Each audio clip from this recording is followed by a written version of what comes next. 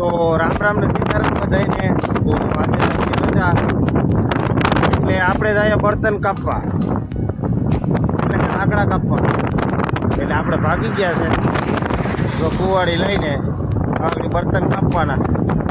હાલો જાય બર્તન કાપવા. તો મિત્ર, કુદરતી વાતાવરણમાં આમે મજા આવે ને આમે શાંતિ, મનની શાંતિ અહીંયા. અને વાતાવરણ એ કુદરતી, નથી કહેતા વાડીએ મજા આવે. વાડી આવી રીતે મજા આવે, ઠંડો પવન આવતો હોય અને વાતાવરણ શાંત હોય અને આમ મજા જ આવી જાય. ગાડીમાં બેઠો હું તો એટલી મજા આવે, ખેતરમાં વડલા એટલે બેઠો હોય તો કેવી મજા આવે, આમ કંઈ ઘટે જ નહીં મજા આવે. એમ તે ખાટલો હોય ને તો ખાટલો નાખીને સૂઈ જાય, એવી કુદરતને ખોળે મજા માણવાની એવી મજા આવે. તો તમને મજા આવે કે નહીં, જેની કોમેન્ટમાં જરૂર જણાવી દો.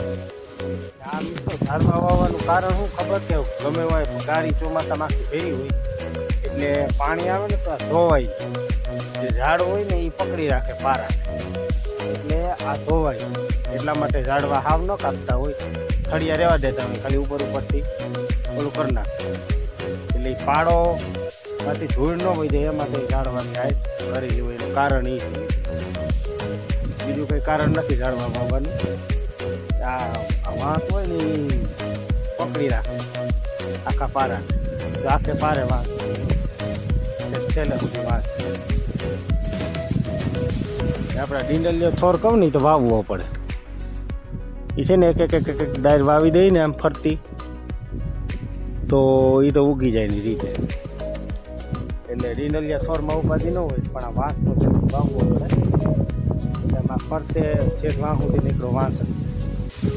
એટલે શું છે કે પારાને ઉપાધિ ન રહે અને પારો ધોવાય નહીં. વરસાદ ગમે એવો આવે, ફટોફટ ગાડી આ ગાડી જતી હોય ને ફટોફટ તો વાંધો ન આવે.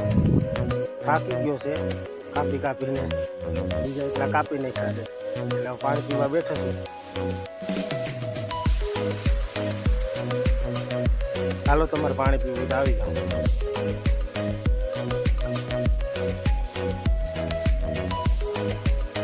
પાણી પી, પોરો ખાઈ અને માવો ખાઈ પાછો વર્ગી જાય. ચા તો પીને આવ્યો છે, એટલે ચા તો અહીં ચા કરવો ઘરે ખાતો થઈને, એટલે ચા કંઈ કરતા નથી. પાણી પી, માવો ખાઈ પાછા વર્ગી જાવ. અને જેટલા ઇન્કમમાં પાછા પાંદડા છે ને એ આપણી ગોપી માટે લઈ લેવું. એટલે મોરવાનું કાંઈ આવી જાય અને બળતણ કાંઈ આવી જાય, બે થઈ જાય એવું થાય. તો મિત્રો, હવે આપણે બળતણ વાટી લીધા, વાટી લીધી છે થોડીક, ને થોડીક પેલા બર્તનમાંથી નીકળી. તો હવે તો હવે આપણે જઈએ ઘેરે. આમાંથી જોઈએ માન મેં ગાડી કાઢી, નીકળા પાણા જ છે ને આયસા હાઈવે. આ હાઈવે છે કેશોદનો, કેશોદ જુનાગઢ હાઈવે છે.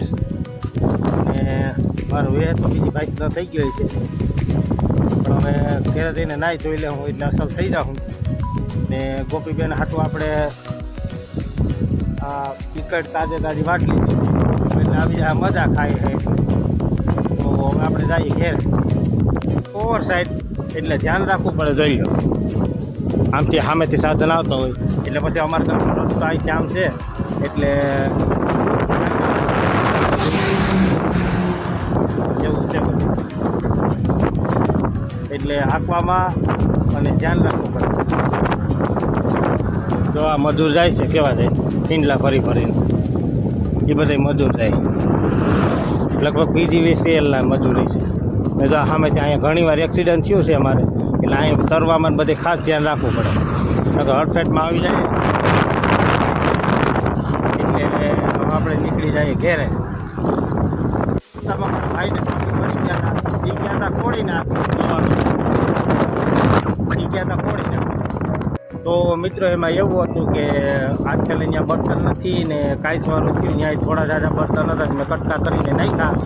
ને હવે અમારે તો ઘાણી ઊંધી બર્તન એટલે વાડીએ આવતો હવે તો ભગવાન કરી ખરી એ તૈયાર થાય છે. ગાયોનો ભેંસનો તબેલો કરવાનો છે, એટલે આપણે ઘરમાં શેડ તૈયાર થાય. આપણે નાહી ધોઈને તૈયાર થઈ ગયા છે હવે, ને આપણે ગયા હતા લાકડા કાપવા, તમે આગળ જોયું જ છે વિડીયોમાં. આપણે નાહી ધોઈને ફ્રેશ થઈ ગયા છે. હવે રખડવાનું, મજો કરવાનો હવે કંઈ કામ નથી. તો બર્તનની તો ચિંતા છે. તમને મેં દેખાડ્યું હતું ત્યાં કે બર્તન નથી, હવે કાંઈસવાળું છે, પણ હવે ભગવાન ભરવા જે થાય એ થાય. તો મારા તમને વ્લોગ ગમતા હોય, મારા વિડીયો ગમતા હોય તો લાઇક, શેર, સબસ્ક્રાઈબ, ફોલો જરૂર કરી લેજો મિત્રો. પ્લીઝ સપોર્ટ કરજો. રામ રામ ને સીતારામ.